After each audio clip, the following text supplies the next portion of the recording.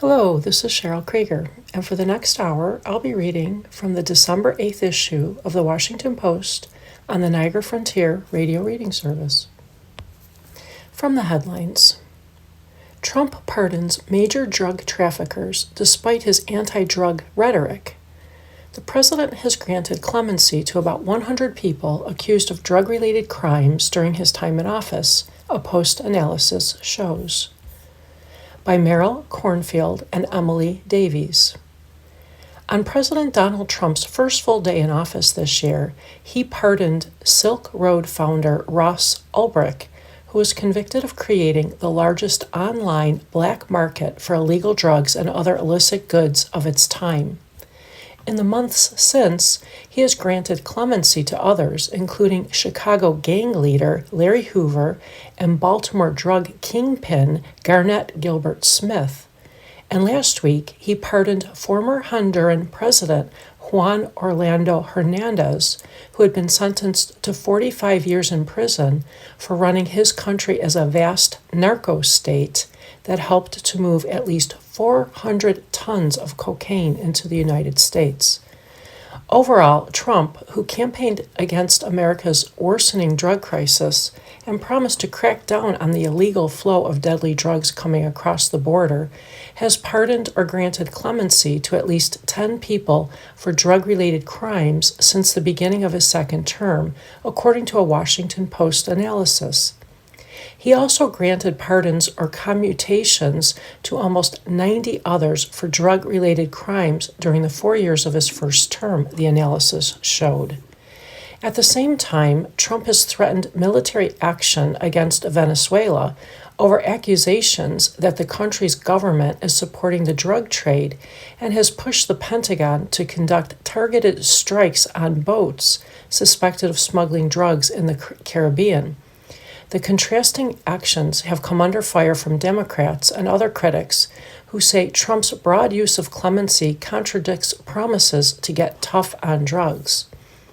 President Trump is claiming to be taking action to stop the flow of narcotics into the United States, Senator Tim Kaine, Democrat, Virginia, said on the Senate floor Tuesday, describing the crimes of Ulbricht and Hernandez. How does this protect Americans from the flow of narcotics entering our country? Asked about the contrast, White House Press Secretary Caroline Leavitt said the pardon of the Honduran president doesn't make it difficult to defend the administration's legal strikes on suspected drug traffickers. I think that President Trump has been quite clear in his defense of the United States homeland to stop these illegal narcotics from coming to our borders, whether that's by land or by sea, and he's also made it quite clear that he wants to correct the wrongs of the weaponized Justice Department under the previous administration, she told reporters last Monday. Asked about Trump's spate of drug-related pardons and commutations, White House spokeswoman Abigail Jackson told the Post that Trump had exercised his constitutional authority and she attacked former President Joe Biden. The only pardons anyone should be critical of are from President Otto Penn, who pardoned and commuted sentences of violent criminals, including child killers and mass murderers. And that's not to mention the proactive pardons he signed for his family members like Hunter on his way out the door, Jackson said. Trump and his aides have baselessly claimed that Biden's staffers routinely used an auto pen to sign pardons and other documents without his knowledge. Trump has wielded one of the greatest powers of the presidency, clemency, far more this year than he did in his first term. He has pardoned almost all of the approximately 1,500 January 6, 2021 U.S. Capitol attack defendants. He also pardoned about a dozen members of Congress, mostly Republicans, including most recently Representative Henry Suler, Democrat, Texas, who was charged last year with bribery, money laundering, and conspiracy. By comparison, Trump granted clemency to more than 230 people in his first term, just 2 of those in his first year. The pardon frenzy has given rise to a lucrative cottage industry, the Post previously reported. Public disclosures show that lobbyists have spent more than $2.1 million this year on firms that advocate for pardons, clemency, and other forms of executive relief, more than double the total spent in 2024. The records also show that individuals seeking pardons have paid up to $1 million to hire people close to the president to plead their case. Experts say the administration's efforts to strike boats near Venezuela have not proved effective in limiting the flow of drugs entering the country because the passage is not ordinarily used to traffic drugs to the United States. Drugs containing fentanyl, which have contributed to most recent drug deaths, are typically manufactured in Mexico and smuggled into the U.S. across the land border. The administration has not provided detailed evidence that the boats they have sunk had drugs on board and were heading for the United States. The administration has claimed that the strikes are an effective deterrent for other drug traffickers. Defense Secretary Pete Hegseth told reporters last week that they paused the strikes because it's hard to find boats to strike right now, which is the entire point, right? Deterrence has to matter. However, experts say there is no available evidence to support the theory that trafficking is down. Drug trafficking is like water, said Regina LaBelle, a Georgetown University drug policy professor and former acting director of the Office of National Drug Control Policy. It's going to find a way to get in. Critics of the war on drugs have also long asserted that the government has insufficiently addressed the root causes of deaths in the U.S., addiction. Advocates have urged the government to invest more in overdose prevention measures, such as naloxone and treatment options. The rate of overdose deaths has been on the rise for decades, fueled by fentanyl since around 2015, until the end of Biden's term, when the rate declined. Advocates warn that cuts to Medicaid and government-supported treatment options could lead to an increase. The Drug Policy Alliance, a left-leaning group, has estimated that at least $345 million was cut this year from federal programs that fund addiction and overdose prevention services. At a time we're escalating these military campaigns and divesting from this health infrastructure, it highlights the contradiction in claiming that these military actions are saving American lives from overdose, said Thesha Nadeau, the Drug Policy Alliance's Managing Director of Foreign Policy Advocacy. U.S. officials have long asserted that Venezuela President Nicolas Maduro conspired to traffic drugs into the U.S., formally indicting him in 2020. Secretary of State Marco Rubio cited the indictment in a Fox News interview on Tuesday, emphasizing that it was handed up in the Southern District of New York and arguing that it was undisputed. Until the president decided to do something about it, no one disputed that Maduro was in the drug trafficking business, he said. Hernandez was also indicted in the Southern District of New York. Jeffrey Singer, a drug policy expert at the Cato Institute, said Trump has been all over the map on drug policy, pointing to Trump signing a law last month that stiffened restrictions on hemp, a form of the cannabis plant, after saying he backed Florida's ballot measure to legalize recreational marijuana when he was a candidate. There is no consistency, Singer said. He pardons a drug trafficker but orders the shooting on site of drug traffickers who are not in this country. In fact, based on that logic, it makes you wonder, why are we wasting our time arresting people in this country for drug trafficking? Why don't we just shoot them? Several Republican lawmakers also expressed skepticism about the Hernandez pardon. Senator Thom Tillis, Republican, North Carolina, told reporters Tuesday that he thought it was a horrible message. It's confusing to say, on the one hand, we should potentially even consider invading Venezuela for a drug trafficker, and on the other hand, let somebody go, Tillis said. Trump and the White House have attributed several of his recent pardon decisions to an assertion that criminals were treated unfairly, part of the framing of Trump's view that the justice system has been weaponized against him and others.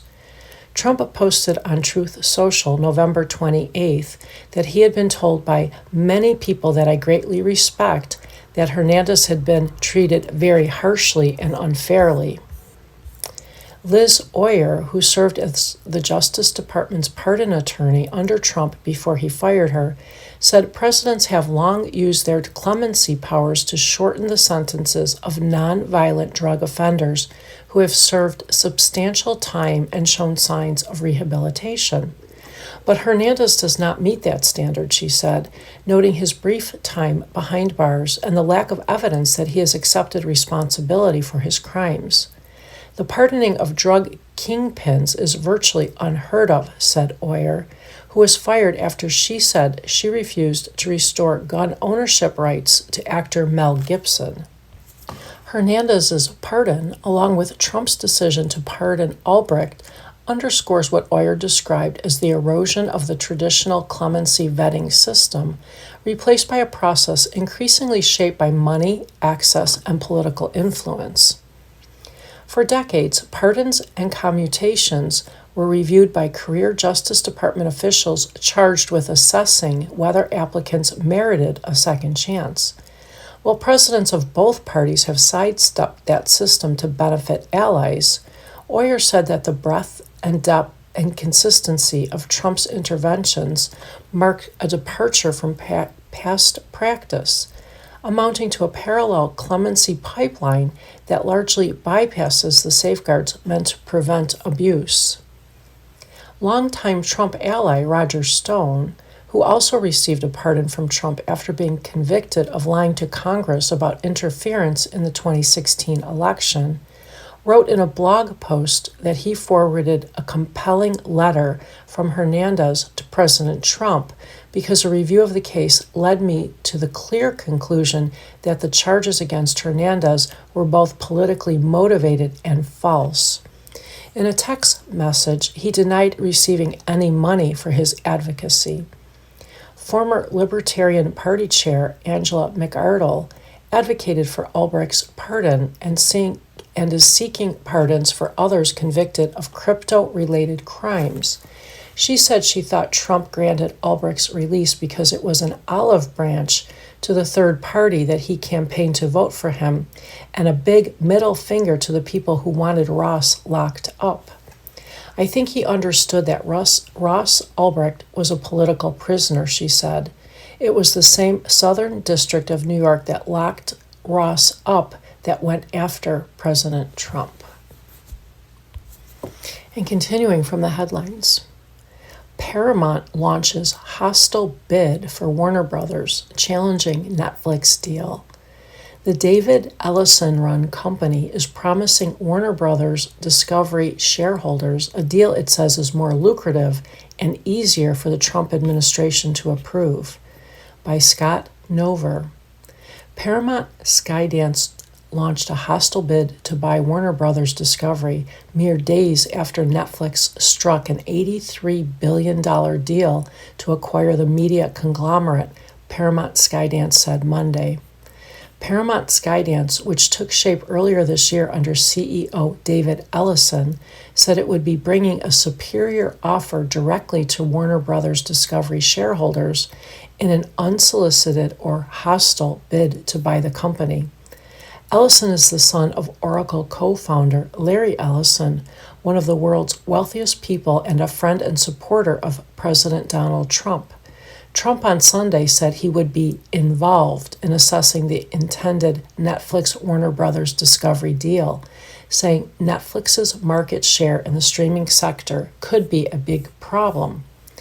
In a news release Monday, Paramount Skydance said its bid offers superior value and a more certain and quicker path to completion to Warner Brothers Discovery shareholders, and offer sweetened by $18 billion more in cash, the company said. We believe the WBD Board of Directors is pursuing an inferior proposal which exposes shareholders to a mix of cash and stock, an uncertain future trading value of the global network's linear cable business, and a challenging regulatory approval process, David Ellison said in a statement. We are taking our offer directly to shareholders to give them the opportunity to act in their own best interests and maximize the value of their shares. Netflix declined to comment. This is a developing story and will be updated. You are listening to a reading of articles and features from the Washington Post on the Niagara Frontier Radio Reading Service. From the Science section, the quest to slow aging leads scientists into the powerhouse of cells.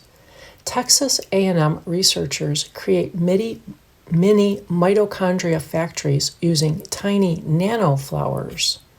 By Mark Johnson. Aging taps us on the shoulder in many ways. Wrinkles, thinning hair, loss of flexibility, slowing of the brain. But the process also unfolds at a more fundamental, microscopic level as the energy source inside most cells deteriorates.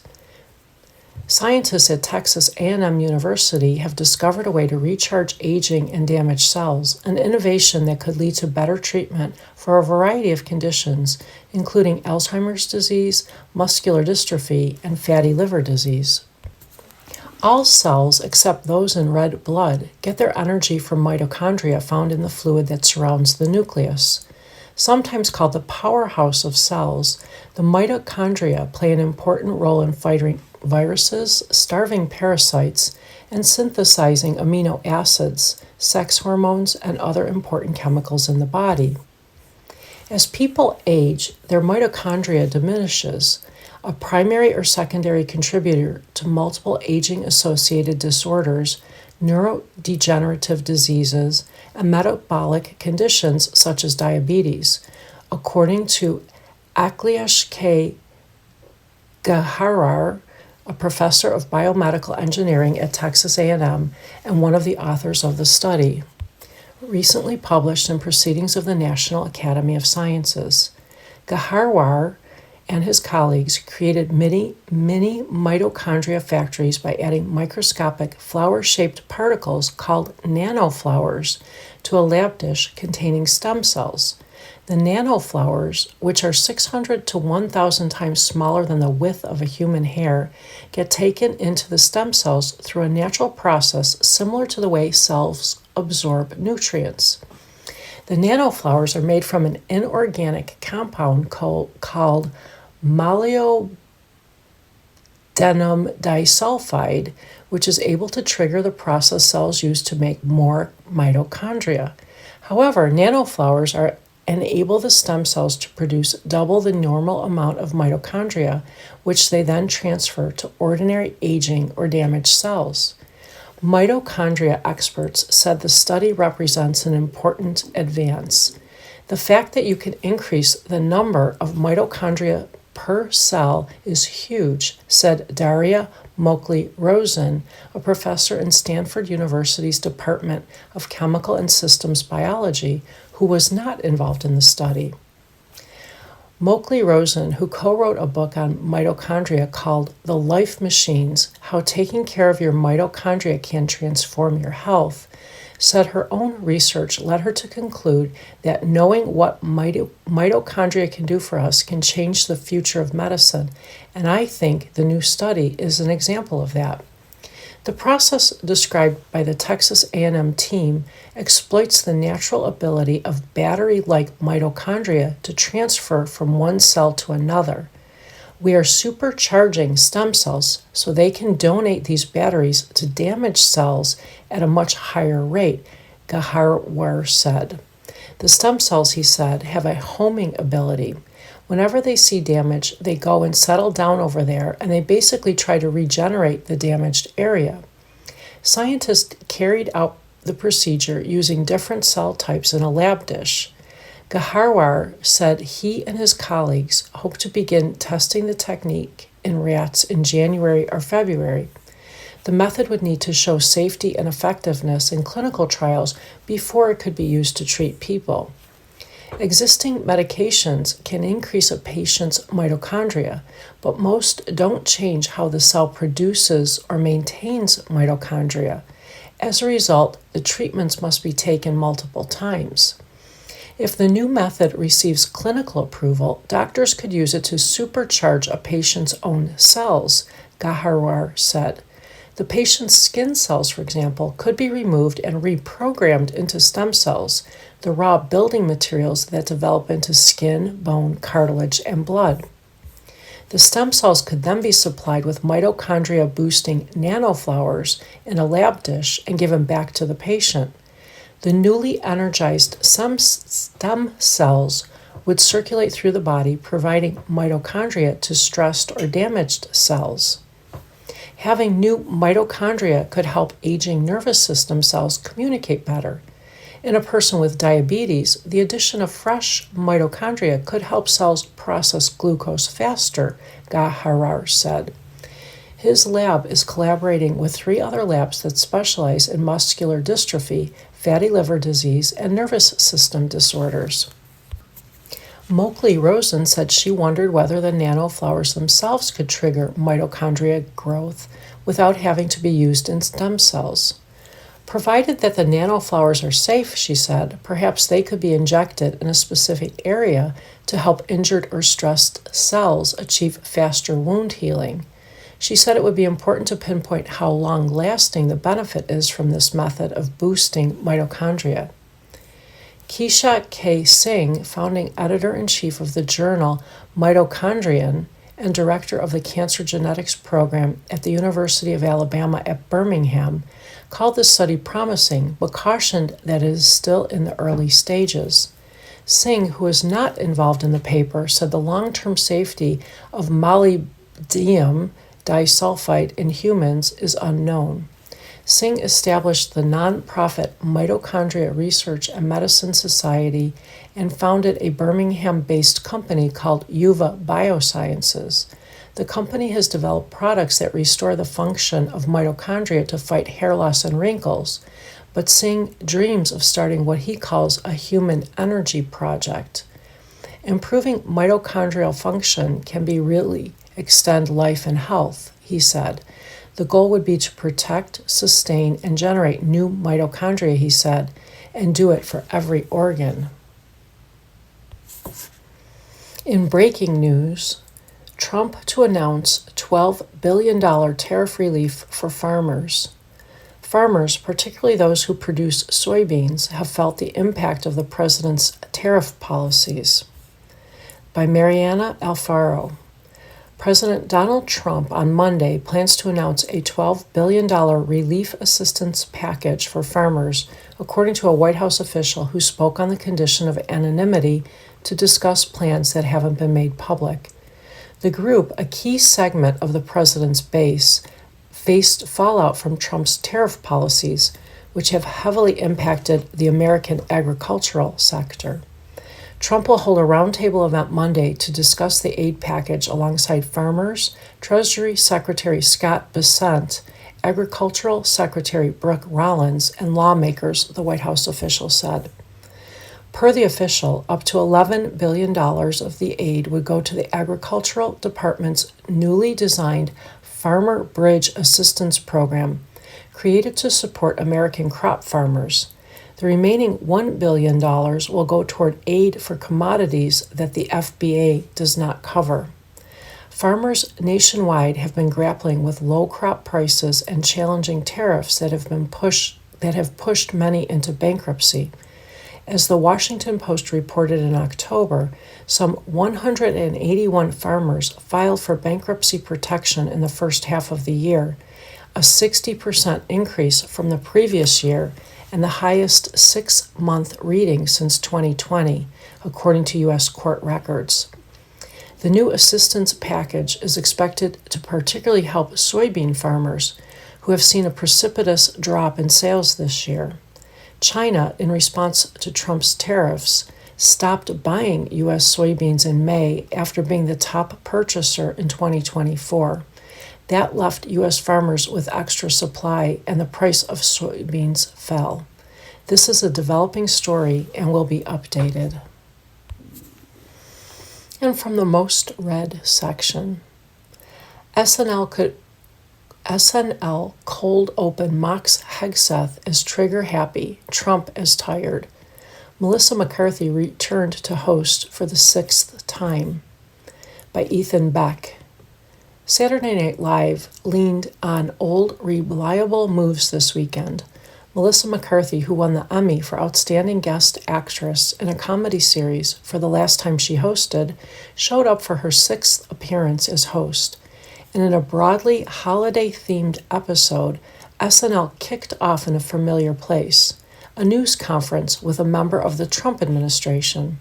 Weekend Update co-host Colin Jost played Defense Secretary Pete Hegseth as if he were headlining a metal show with walkout music booming and an energy drink in hand. "You got questions for me?" Josh Hegseth rumbled. "Fine, pretend I'm a random fishing boat and fire away." In Josh's face-off with a handful of reporters, the Hegseth stand-in was asked about reports that he'd ordered a second strike on a boat allegedly smuggling drugs in the Caribbean Sea, killing survivors of an initial strike who were struggling to flip their damaged boat. "That kind of cruel, heartless act has no place in Operation Kill Everybody," Joyce responded. Jost depicts Hegseth as an uber-macho alcoholic with deep disdain for the press. "Now are we done here?" he barked at reporters. "I'm actually worried I'm going to catch dork from you nerds." Sticking with tradition, in the 51st season of SNL, James Austin Johnson joined Jost in the cold open, playing President Donald Trump.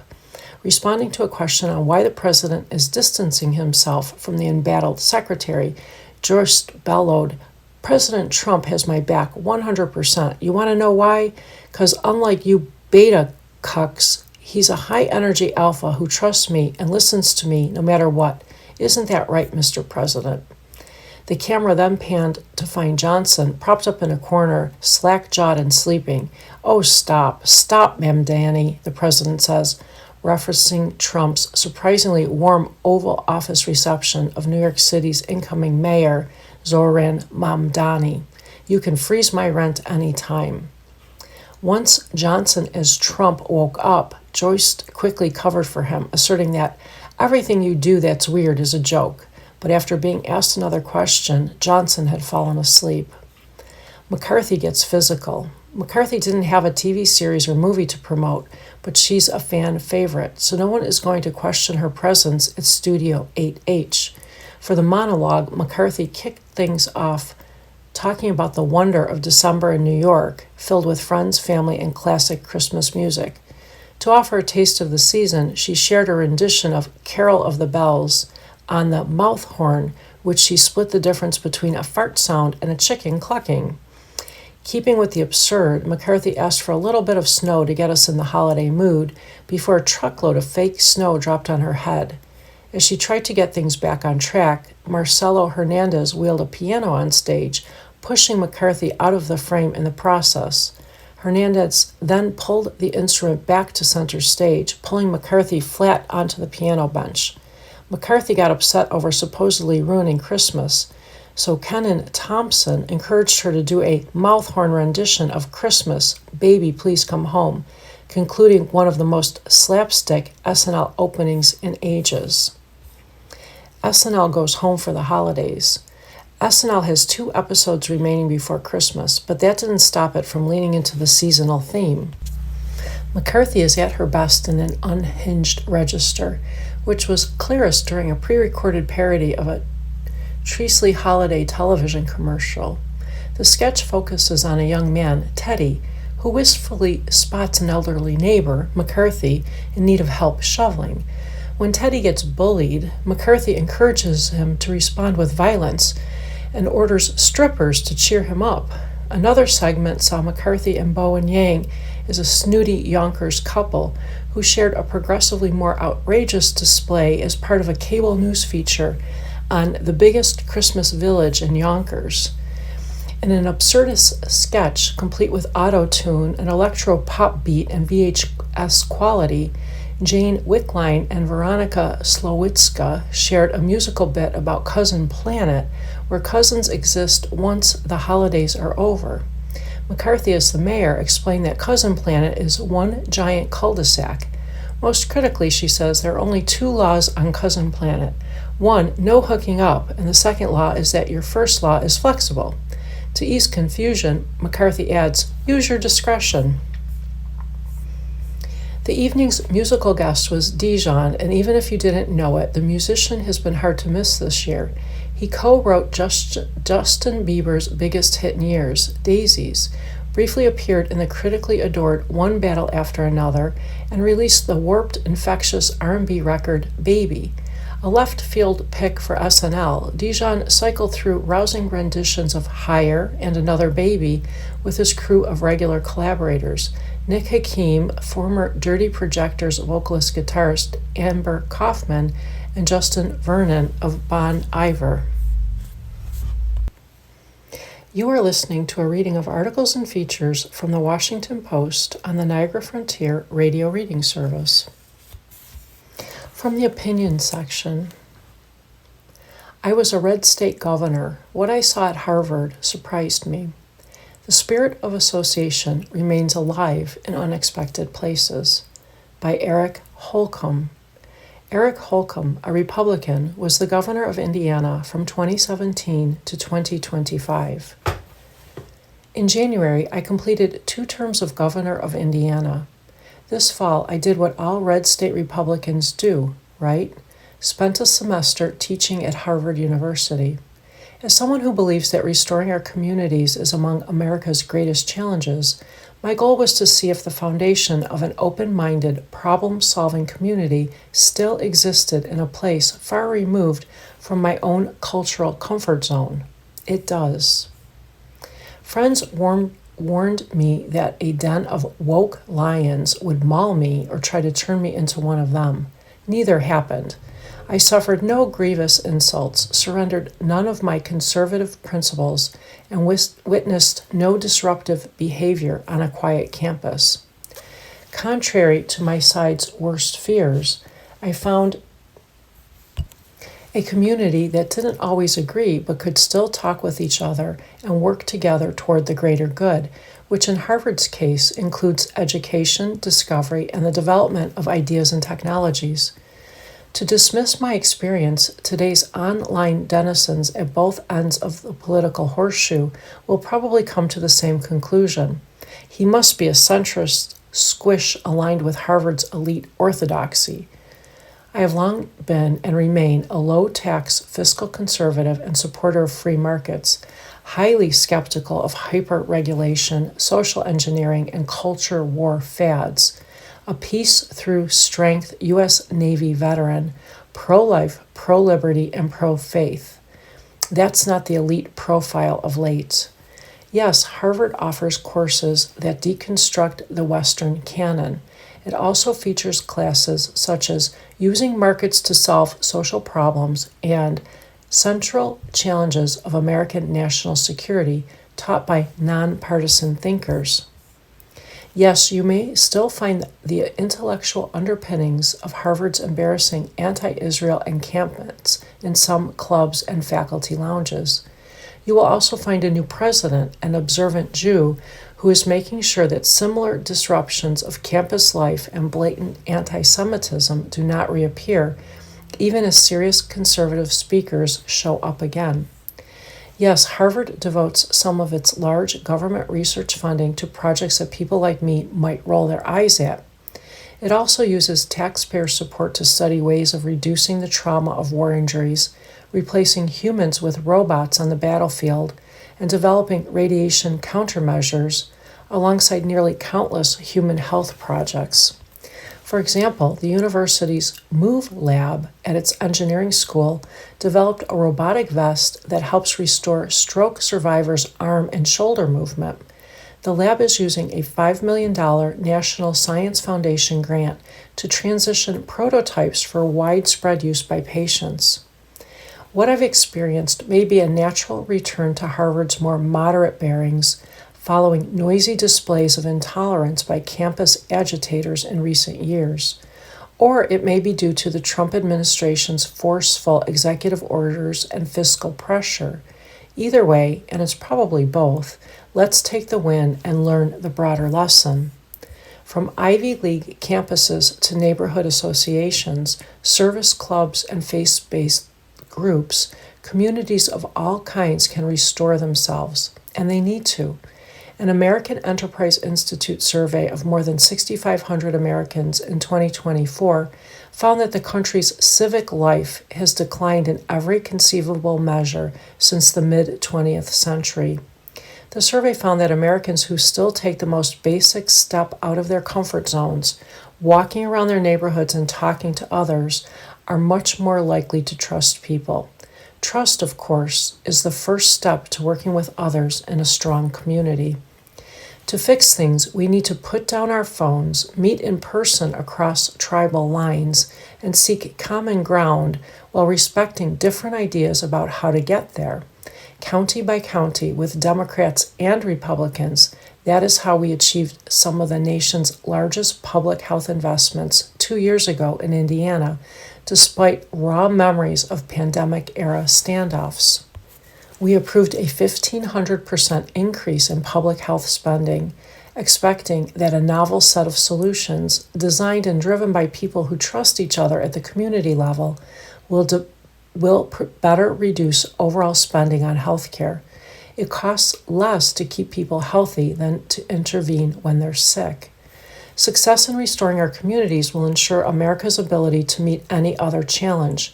Failure will make us brittle and weak. The French philosopher Alexis de Tocqueville recognized this on his famous study tour of America nearly 2 centuries ago. In his resulting masterpiece, Democracy in America, Tocqueville marveled at our country's spirit of association. Harvard convinced me that the spirit of association remains alive in unexpected places. And if any of my friends on the left want introductions at service clubs, union locals, or churches in the red states, call me. Getting out of our comfort zones to restore communities works both ways. And from the health section, rural America relies on foreign doctors. Trump's visa fee shuts them out. The Trump administration's demand for companies to pay a $100,000 fee to hire an immigrant worker using an H-1B visa has created turmoil among rural health providers. By David O'Valley. Shelby, North Carolina. The overworked kidney doctors in this small town were supposed to get reinforcement this fall with the arrival of a new colleague from India. Patients already had appointments scheduled with the incoming nephrologist. Then the Trump administration demanded that companies pay a $100,000 visa fee to bring highly skilled workers from abroad, including doctors and medical professionals urgently needed in healthcare deserts. Nephrology Associates of the Carolinas could no longer afford to sponsor the Indian kidney specialist, and it has not found an American well suited for the job. 2 months after President Donald Trump signed the executive order restricting H-1B visas, soaring costs are roiling rural health care facilities that have long struggled to find staff. The fee increases for visa applicants, coupled with broader crackdowns on legal pathways for foreign-born workers, threatens a growing industry and jeopardizes patients who need timely care, according to labor experts and immigration lawyers. In Shelby, about an hour's drive west of Charlotte, the 3 kidney doctors came from abroad, 2 working on H-1B visas. But retaining talent in a rural region can be hard. Another H-1B doctor decamped to Los Angeles last summer, increasing the other's workload. Jose Mena, who came to the practice from Ecuador on an H-1B visa, hopes to stay long-term in Shelby with his wife and young daughter. But Mena, 35, said he is taxed by frequent week-long on-call rotations, which involve phone consultations and hospital visits throughout the night, depriving him of family time. If someone else leaves from the practice, I'll just leave too, Mena said. The new nephrologist, Vijaya Chikhani, 30, remains with her parents in Hyderabad, India, while the practice awaits a response to its request for the Trump administration to waive the fee under a vague national interest exemption. "I'm stuck right now," Chellicani said. "I want to start my job." In a statement, White House spokeswoman Taylor Rogers said that the visa fee discourages companies from spamming the system and driving down wages, and gives certainty to those who want to bring high-skilled workers into our country, but who have been trampled on by abuses of the system. Desperate rural need. The H-1 visa program allows U.S. employers to hire workers with specialized training from abroad for up to 6 years if they cannot find American workers to fill the jobs. Previously, the fees had typically ranged between $460 and $1,000 for nonprofit healthcare facilities. Companies often sponsor those workers for permanent residency. Some of Trump's supporters have asserted that the program takes jobs from American workers, while left-leaning critics allege that companies exploit the workers for lower wages. Nearly 400,000 new or renewed H-1B visas were granted last fiscal year, according to federal immigration data, mostly to Indian immigrants. About 17,000 of those work in the health sector. These legal workers fill crucial gaps in rural and underserved regions, according to medical associations and healthcare researchers. Iowa, North Dakota, and West Virginia, states that overwhelmingly voted for Trump in the last 3 elections, lead the nation with the highest percentage of physicians who hold H-1B visas, according to a study published this year. Last year, the percentage of H-1B sponsored doctors in rural counties was nearly twice the share in urban ones, according to research published in JAMA in October. Impoverished communities also had a significantly higher percentage of H-1B physicians, said lead author Michael Liu, a resident physician at Brigham and Women's Hospital. Liu himself works on a trainee visa from Canada and hopes to eventually remain in the United States on an H-1B visa.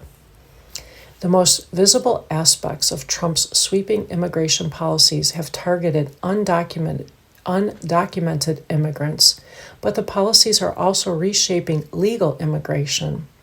The White House implemented a travel ban on people from certain countries and has increased scrutiny of visa applications.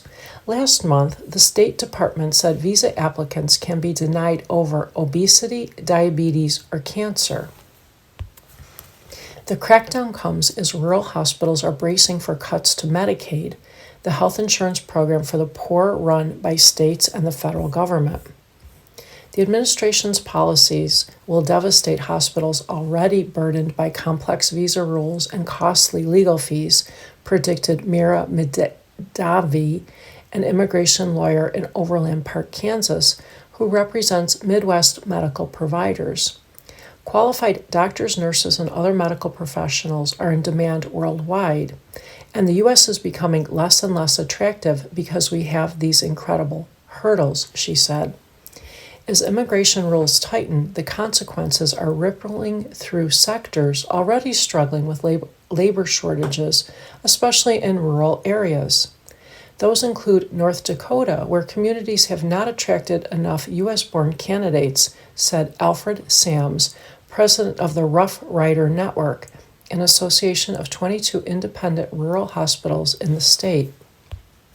"My hospital is 10 miles away. The nearest stoplight is 80 miles away," said Sams, who lives in Bottineau near the Canadian border. "We also have winters that are 30 below zero." Rough Rider hospitals rely on foreign-born health care professionals and operate on a slim or negative margin, Sam said, making the $100,000 fee for one worker insurmountable. It's not just doctors. For decades, the United States has lacked enough nurses, but visas typically used by foreign-born nurses have a years-long backlog, making H-1B visas a quicker option, said Karen Tumlin, an attorney with the Justice Action Center, a nonprofit representing companies suing to overturn the fee. One health system in Louisiana involved in the lawsuit had more than 200 H-1B nurses lined up, which would now cost more than $20 million in fees, Tumlin said. It's just not doable, she said. The American Hospital Association and dozens of medical associations have lobbied the Trump administration to exempt health workers from the fee. Neither the Department of Homeland Security, which can grant exemptions, nor the White House answered questions about the trade group's request. Simon Hankinson, a senior immigration research fellow at the Conservative Heritage Foundation and an H-1B critic, called the fee a step in the right direction toward reforming a program that he described as a crutch for industries to hire cheap labor. Long term, he said, the measure will push U.S. students toward the medical field and incentivize schools to expand programs. The labor market in America has to be able to adjust, Hankinson said. Colleen F. Molnar, who leads the healthcare practice at Garfinkel Immigration Law Firm in Charlotte and represents Nephrology Associates of the Carolinas, said Trump's proclamation and the guidance that U.S. Citizenship and Immigration Services, USCIS, issued for it are vague on exemptions. She is arguing that several of her clients qualify for exemptions based on the shortages of healthcare professionals in their communities, while other companies are pausing their sponsorships. It's definitely having a chilling effect, Molnar said. Uncertainty in North Carolina. In North Carolina, health systems say they are in dire need of medical technologists who analyze blood, urine, and other bodily fluids for abnormalities. Iredell Health System, serving Iredell County's mix of rural communities, suburban neighborhoods of Charlotte, commuters, and upscale lakefront homes, is asking USCIS to waive fees for a medical technologist from the Philippines. The woman would join a fellow Filipina technologist, April Joy Castanedo, 30, who arrived at the hospital in Statesville on an H-1B visa last year.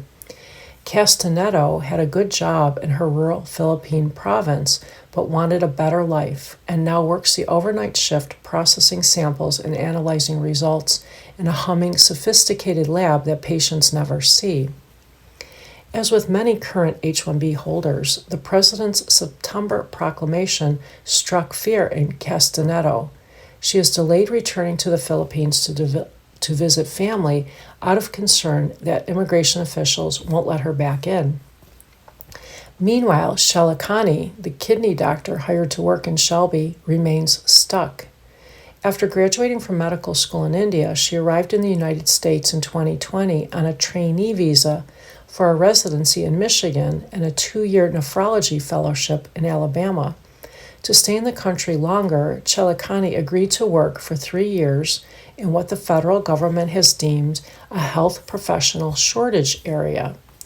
The federal government preliminarily authorized her to stay after the Shelby practice submitted documentation to show that it had contracted a recruiting service and advertised in numerous medical journals and websites, but got only 2 U.S. applicants.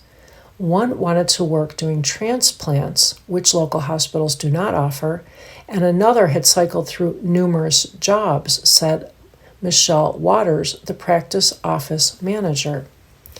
Chalakani returned to India to visit family, believing she would stay only a few months while the H-1B paperwork was finalized. Her shoes, clothes, and furniture are still in storage in Charlotte. In Shelby, the uncertainty has cast a pall over the office, the only kidney specialist serving a region of more than 165,000 residents. The practice nearly shut down several years ago when it had only one doctor left, the owner, Muhammad Alam.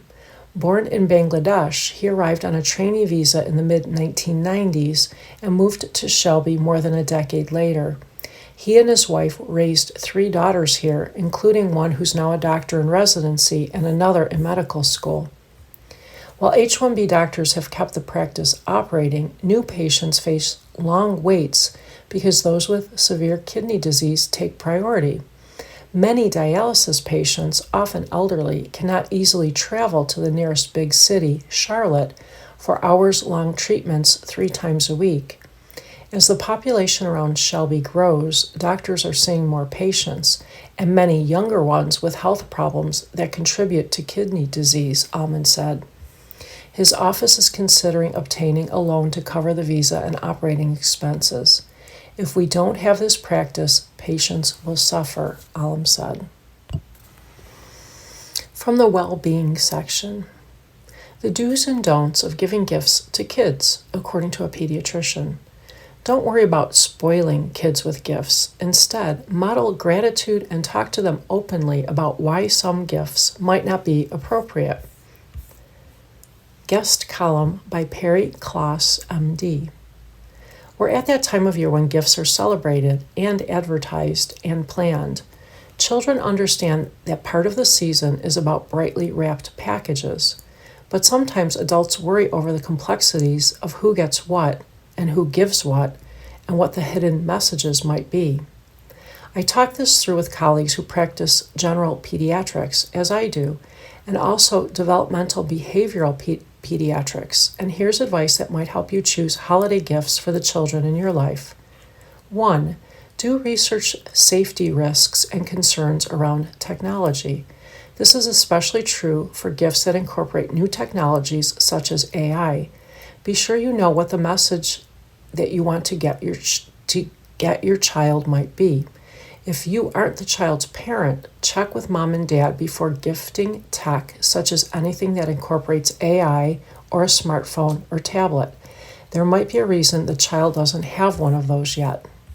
You should also be aware that certain gifts might pose safety risks. That includes anything with button batteries or magnets. Small objects also pose a choking risk. Think tiny Legos for a toddler. When in doubt, follow the manufacturer's age recommendation. 2. Do have realistic expectations. Some gifts take a while to land. Don't expect a gift, especially a somewhat unexpected gift, to be the one thing the child wants to play with immediately. The exception with very young children is usually the box that something big came in, generally a sure hit. Very frequently, it's the unexpected item which lies dormant for a while in the child's life that ends up being the thing that's picked up later and investigated. 3. Do talk it through if the ask is too expensive or inappropriate. This is probably the hardest one, and it's got to be case by case, depending on the kind of gift and the family situation. It's okay to say frankly to your child that some particular item is too expensive or costs more than your family would spend on such a thing, the designer pocketbook for the middle school student. But it's also okay to consider bending the rules a little now and then if the actual cost isn't the problem so much as the idea of spending it on that particular item. Talk it through and explain your reasoning. So what should you say if your child says, "Other kids in my grade have one"? Have this conversation long before holiday gifts come up and keep on repeating your message. This is what we do in our family. Don't ask what the child would do if other kids in the class jumped off a bridge. It's a notoriously losing strategy. And be at least occasionally open to negotiation. 4. Don't be absolutely bound by what the child already has and knows.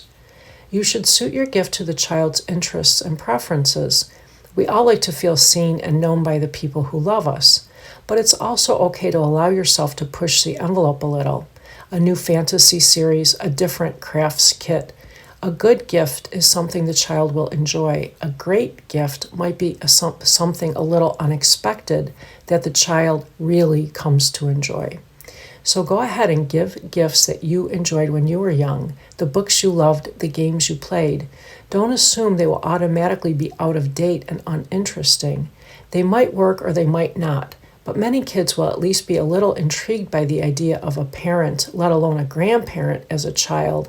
And at the very least, there can be some entertaining stories told about those long ago children, and you can always reread the book yourself. 5. Don't overthink it. This is supposed to be fun for all concerned. As with many aspects of parenting, it's possible to overthink the politics and parenting strategies of gift giving. You can worry about whether to give way to a child's campaign for a gift that is too expensive or too old for you or otherwise inappropriate. But while these considerations might occasionally require some thought and discussion, first and foremost, the focus should be on celebration and at least a sprinkling of indulgence. Otherwise, what's the point? The point is supposed to be fun, pleasure, and enjoying a special occasion. That's why we ritualize gifts and wrap them and generally make a big deal out of it. 6. Don't worry about spoiling kids with gifts, but do teach them about gratitude and traditions. The task of setting limits goes way beyond giving and getting, or not getting, gifts, and holiday occasions shouldn't bear the whole weight of it. A child who is not otherwise superindulged or problematically entitled is not going to be spoiled by a gift here or there. Do weave messages about gratitude, about understanding privilege, about giving back, all through your holiday season, and indeed through the texture of family life. Better yet, model these lessons for your child. Don't leave them to be attached only to gifts and boxes. Make it clear that it's about giving more than the gifts. Whatever your holiday traditions, the more ritual, the better. And if it's an occasion where everyone gets presents, it's always good to stretch it out, unwrap in turn, and admire what others have received. A child who truly appreciates even relatively lavish and generous gifts and shows that appreciation properly is not spoiled. Worry more about the child who demands gifts, lavish or modest, or grabs them or expects them as an entitlement. And you know the etiquette moral. Say thank you and mean it, and there's nothing like a handwritten thank you note. Giving gifts to children need not involve teaching them valuable lessons, though they will surely be learning at least a little about generosity, imaginativeness, reciprocity, and gratitude. It does not require improving their more moral characters. Good luck with that. It's about making special occasions special. You've been listening to a reading of articles and features from the December 8th issue of the Washington Post. Your reader has been Cheryl. Thank you for listening.